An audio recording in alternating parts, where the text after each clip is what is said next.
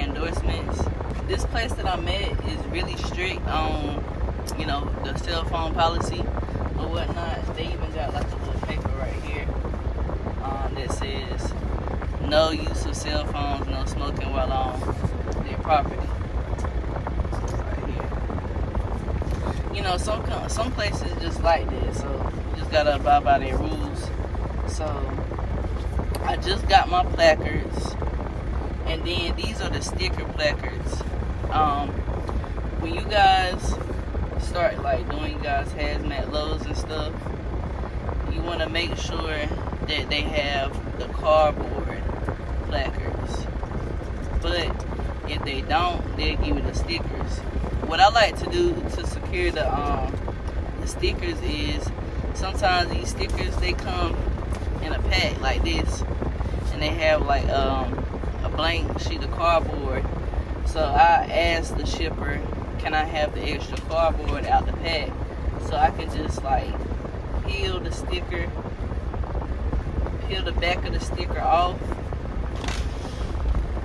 peel the back of the sticker off like this. That way it's not gonna fly off while I'm going down the road. It's basically stuck. It's basically stuck to this cardboard rather than being stuck to the trailer. Because when they stuck to the trailer, it don't stick like how it should. And then when it fly off, you can get a ticket or a fine. I got the placard holders on the side of my trailer. So what I do is I slide, you know, the cardboard with the sticker up there inside the holder. And that'll keep it from getting a ticket or being messed with by DOT, period. When getting you guys hazmat, the first thing you want to do is go get your fingerprinting done. Go get your fingerprinting done from the place that you would go to as if you was wanting to apply for the TSA check-in at the airport. Don't go to, I'm not saying go to the airport. You want to go to the same place you would go to do the TSA fingerprinting for you know, the airport. And you want to go do that. Then you want to get your they're going to do your fingerprint, and then they're going to run a background check on you. And that should take like, it should take 30 to 60 days, maybe 90. It did take a little minute for your background to come back. It did take a little minute for the background check to come back. But it's going to take a little minute if you got something on your record, or if you don't got something on your record. That's just how it works. Also, when that's done, you want to also download the CDL prep app. You know, the same app you would use to study for your CDL permit. You want to download that app and study the HAZMAT test. The HAZMAT test, I think it's like 40 to 50 questions. And after you get that done, after you get that down pat, you want to take a CDL HAZMAT certificate course online. This is an online course. It's gonna range from like $60 to maybe $200 the most. That's the most you should be paying for that course online. And basically what you do is go up there. It's a self-paced course. You go up there and you basically they're gonna give you a study guide, and that's gonna, you know, pretty much tell you everything about this hazardous stuff that you're gonna be hauling. And then after you study the study guide, you're gonna take the test. Now the course that I took, I can place the link down below in the description. But the test that I took you can fail as many times as you want, and you don't have to repay every time you fail.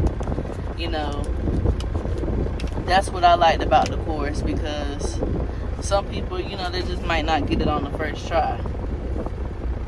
And then you got some courses, once you fail that one time, you got to repay the $100 or the $150, $60, however much they charging. You got to repay that again. So I'm gonna place the course that I took down below in the description. And then for your tankers, the tankers is very easy. You don't have to get a certificate for that. For that endorsement to be on your license, you can pretty much the same app that I was telling you guys about, CDL Prep. You pretty much just download that app once again and go to the tankers, the column with the tankers, and pretty much study that. I think that's like 20 questions. It's easy peasy. And you take that test and you should pass with an 80% or better, and that's easy. But I'm gonna put these placards on the side of my trailer. I'm gonna get back with you guys once I get done doing that. But yeah, you guys, but pretty much when you go get your fingerprinting done and stuff, that costs, like, it shouldn't cost no more than $200. So forgot to mention that when y'all go get that done, make sure y'all take some money, because it's not free. I think the tanker endorsement is free. You just get it added on to your license. When you guys get your HAZMAT and stuff, look for, you know, good companies. There are good companies out there that pay really good for you guys to have the endorsement. And I feel like even if you don't use it, it's still good to have on your license, because a lot of people don't have their HAZMATs. A lot of people, if you're on the op, a lot of loads don't get picked up because a lot of owner operators don't have their HAZMAT endorsement, so they can't pick up that load. And it do pay a little bit. It do pay a little bit more than, you know, regular load. It's like, I feel like it's like up there with produce, or probably pay a little bit more than produce, because it's dangerous, or it can be dangerous. You know, I secure, make sure all my stuff is secured, and I take pictures on all four sides of my trailer to show that, you know, I did put my stickers up there. So even if DOT was to pull me, I don't know if it would help or not, but I can go on my phone and say, hey, like, when I left the shipper, the sticker was up there. It must have flew out. But that's why I like the cardboard, though, because it helps secure it. And then if I do have a sticker and I don't have a piece of cardboard, I got some tape. That's another way you can make sure the sticker is secured, is putting tape, going around and putting tape around the four sides of the stickers. And, you know, stopping every 100 miles or stopping every 2 or 3 hours to make sure your placards is still up there. But it's not nothing to the HAZMAT stuff, you guys. It's real easy. To me, it's real easy. I've been doing it for about 3 years now. Certain shippers are strict, but most of them don't care. Most of them don't care. Just to the point where sometimes they don't care, to where stuff be HAZMAT and they don't give you the placards. All shippers supposed to provide you with placards. They must provide you with placards. So it's to the point where some shippers don't care and they won't provide you with the placards. They might say the load is not HAZMAT. Turns out it'll be HAZMAT, like it's regulated for the highway. So stuff like that, you gotta pay attention to your paperwork and tell them, like, look, I'm not taking this load because you don't have no placards for me, and you're telling me that it's not regulated for the highway, when it is. Because at the end of the day, once you leave and you get pulled and you hand the DOT your paperwork and you don't got the placards on your trailer, and it say not regulated on the paperwork, but it turns out it is regulated for the highway. They can fine you.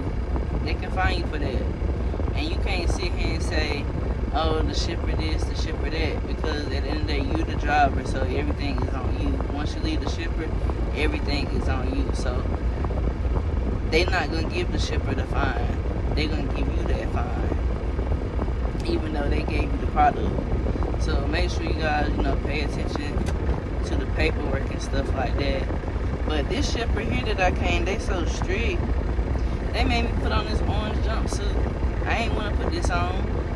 And they gave me that orange hard hat. I had to put that on, and I put my boots on. Because y'all seen what I had on in the first clip. But, it's cool. Like, I don't like the color, but, it's cool. Whatnot. Just take it off and hand them back the jumpsuit when I get done. And the hard hat. But some shippers are so strict, they don't even want you to sit in your truck while they load you. I'm surprised they didn't, being that they made me put on this PPE. But they let me sit in my truck, so that's cool.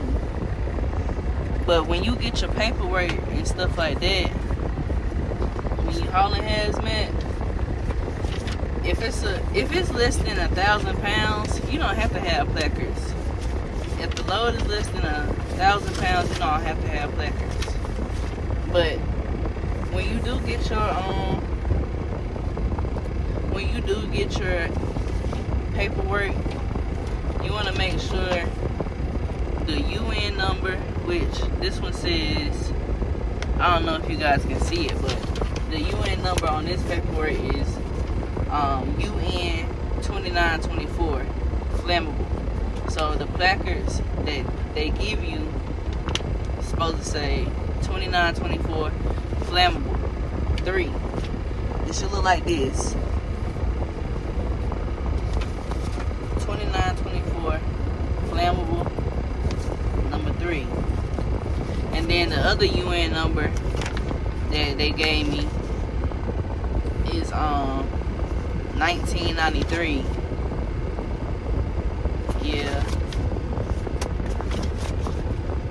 Yeah, the other one is UN 1993 flammable.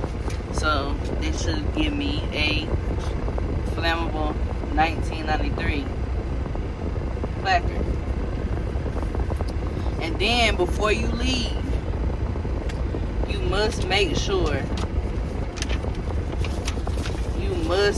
there is an emergency contact number. All paperwork must have an emergency contact number. If they don't got that up there, you need to tell them to put that up there, or give you an emergency contact number, or a paper with emergency contact that, a contact that handles this type of stuff. If God forbid something was to happen on the highway, there's a certain number you have to call, and they know how to handle this type of stuff. If there was a spill or something, even if you forgot to, even if something happened to the strap on the inside and it caused the load to spill or leak out on the highway, you have to call that emergency contact number.